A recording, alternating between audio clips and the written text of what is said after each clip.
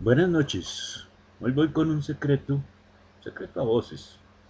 ¿Cómo se fabrica una bomba atómica? Para poder explicarlo de la forma más sencilla, vamos a aclarar primero qué son isótopos fisionables, qué es fisión nuclear o reacción en cadena y qué es masa crítica. Bien, los elementos, todos ustedes lo saben, están formados por átomos. Lo que determina que un elemento sea ese elemento, por ejemplo, lo que determina que el oxígeno sea oxígeno, es el número de protones. En el caso del átomo de oxígeno, 8 protones. En el caso del átomo de uranio, 92 protones. Estos están en el núcleo del átomo, 92 protones. Pero el número de neutrones que también están en el núcleo puede variar. Esa variación hace que un átomo, siendo del mismo elemento, sea distinto o diferente de otro átomo del mismo elemento. A eso se le llaman isótopos. La suma de los protones y neutrones del núcleo atómico se denomina masa atómica. A ver, veamos. En el caso del uranio, el uranio tiene 14 isótopos. No los voy a ahorita mencionar todos porque si no aquí me amanece y me salgo del objetivo. Pero voy a mencionar dos de ellos como ejemplo.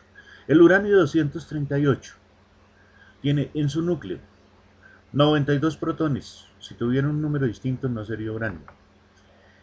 Y 146 neutrones. La suma da 238 unidades de masa atómica. Es un isótopo de uranio, el uranio 238.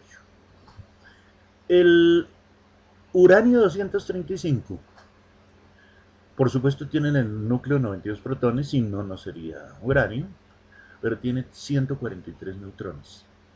La suma da 235 unidades de masa atómica.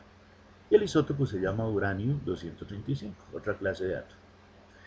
En el caso del uranio 235, decimos que es un isótopo fisionable, rompible. ¿Qué quiere eso decir? El núcleo de uranio 235 tiene la particularidad de emitir, de botar neutrones desacelerados.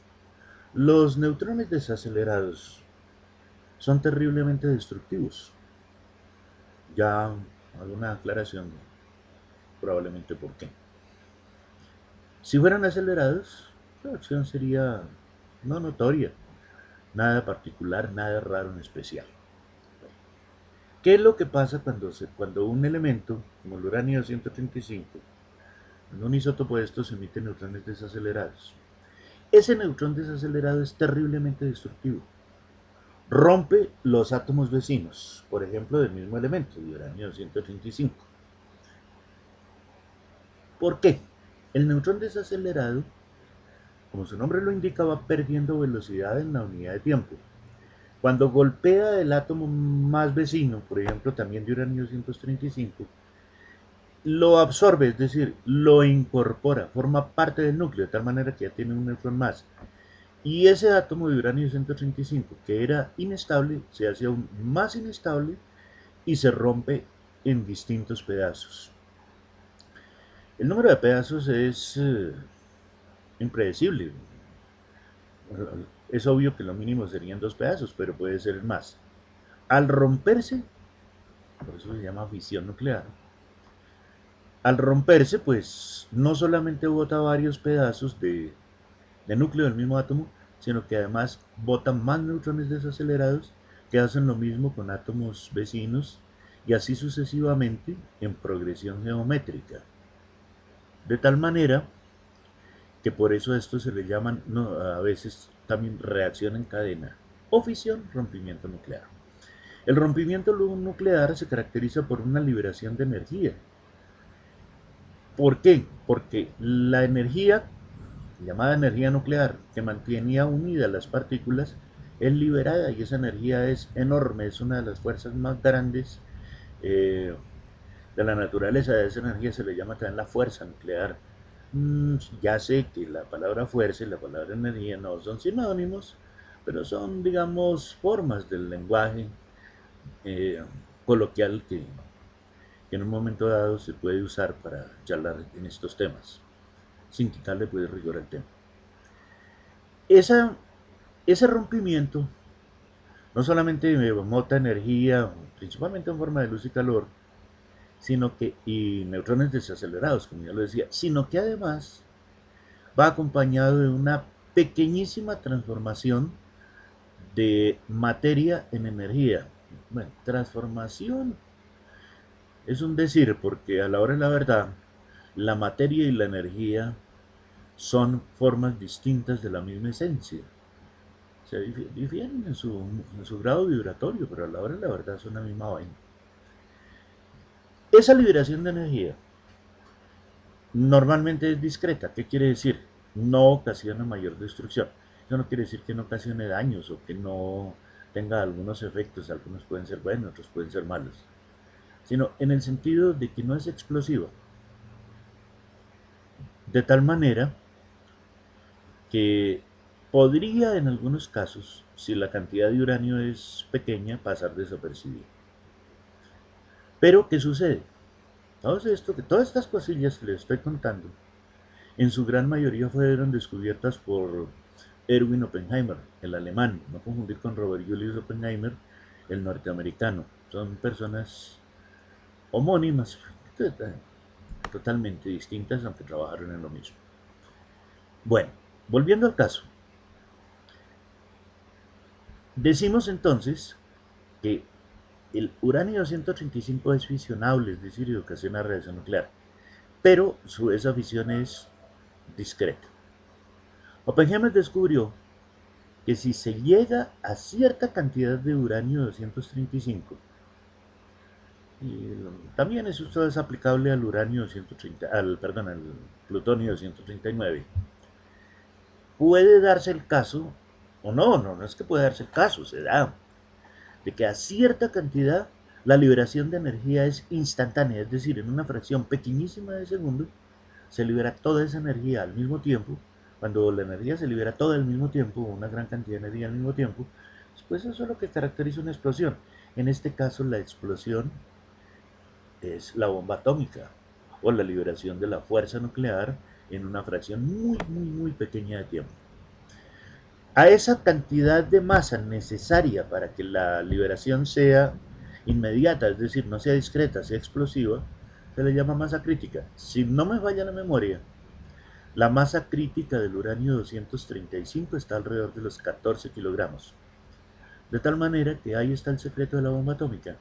Si usted logra juntar 14 kilogramos de uranio 235, sin que usted tenga que hacer nada distinto de eso, inmediatamente viene la explosión nuclear. Es decir, estamos hablando de una bomba atómica de fisión. Pero entonces surge la pregunta lógica, bueno, y los que han fabricado esas bombas, ¿cómo hacen para que no exploten? Es que Oppenheimer también descubrió otro asunto. Hay elementos, el boro, el cadmio, pero principalmente, me ha dicho, el más efectivo es el circonio, que tienen la particularidad, y por supuesto el circonio el que más, de absorber neutrones desacelerados sin romperse, sin fisionarse. Los incorporan a sus núcleos, obviamente sufren una transformación, pero nada alarmante. Y esos neutrones desacelerados que fueron absorbidos, pues obviamente ya no ocasionan fusión nuclear. Por eso se le llama a esos elementos el circonio, más efectivo de todos, un moderador. En resumen, el circonio absorbe los neutrones desacelerados evitando la fisión. Hay otros elementos, por ejemplo el grafito. El grafito es carbono, el elemento carbono, en una de sus variedades alotrópicas, que tienen la particularidad de ser deflectores de neutrones. No es lo mismo que absorberlos. El deflector de neutrones se caracteriza porque los neutrones que se liberan golpean en las paredes sin pasar al exterior. Bien, al construir la bomba atómica, ¿qué fue lo que hizo Oppenheimer? Él fabricó muchas cajitas de circonio, muchas, no sé cuántas, no recuerdo. Yo leí el libro Prisioneros del Mundo Atómico, no recuerdo si lo dice o no, pero construyó varias cajitas de circonio.